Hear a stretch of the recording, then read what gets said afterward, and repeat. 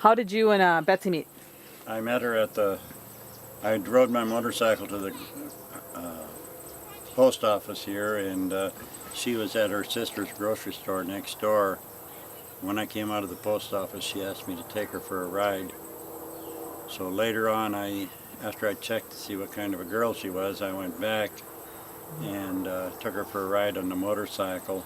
When we got back to the store, she wanted to ride down through Main Street. And then when we got back, she asked me to take her younger sister for a ride, but she said, just take her around the block. That's great. Something about Teresa.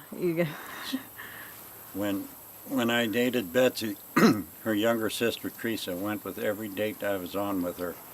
And I don't know whether her mother told her to or what the deal was, but I never dated Betsy that Teresa wasn't with us at that time. And when you wanted to ask Betsy to marry you, what did you do?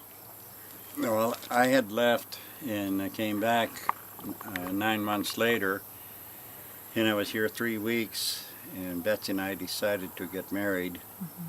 And I came out here to the farm to ask George about marrying her, and her siblings, Pete and Tom and Teresa and Ram, and Betsy, they followed me out where George was hoeing his potatoes, and Like little ducks? like a bunch of little ducks in there, and stood there right around while I asked George, who said okay.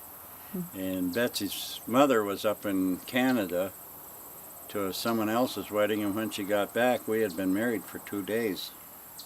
What'd you think? And she appeared to be a little startled when she found out her daughter was married, but it seemed to be okay with her. Okay. Her and I got along great and things. Yeah, explain that. They came out and visited you quite a bit?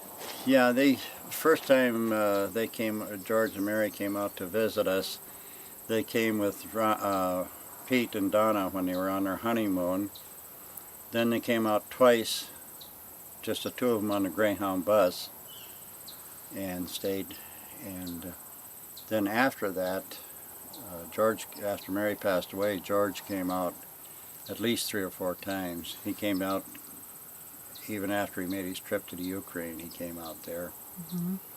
And how would he get to your house? He would come out always. They always came out on the Greyhound bus, which is a long ride from Minneapolis. And when he'd get to the bus depot, he'd never call us. He'd carry his suitcase and walk 1.5 miles to our house. And pretty soon we'd hear the knock or doorbell, and there would be standing George with his suitcase. Right on the doorstep. Yeah. And in the mornings? And mornings, when George always wore year-round long underwear because he had psoriasis.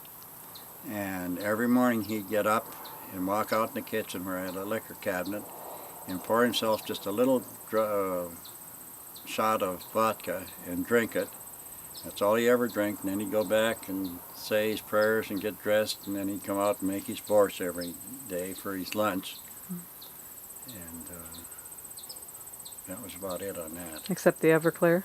Oh, yes. I had told him, to help himself to the liquor whenever he wanted to. And so he'd come out, like I said, every morning and pour that little shot of vodka. But I had a couple of bottles of 190 proof Everclear. And one night I came home from work and was going to fix myself a drink, and I looked up and this bottle of Everclear was open. I asked Betsy if she opened it, and she said no. So when George came, I asked him, I said, George, did you open up that bottle? And he said, yeah, like real crestfallen. And he said, well, you told me to help myself.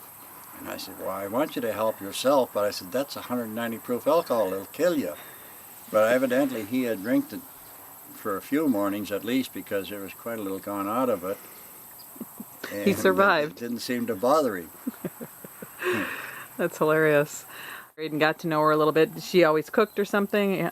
Oh yeah, when Betsy's mother came out to our place, the day she got there, she started cooking. She'd make homemade bread and everything, and she loved the modern conveniences we had, the stove and the microwave and the various things there, which she never had on the farm.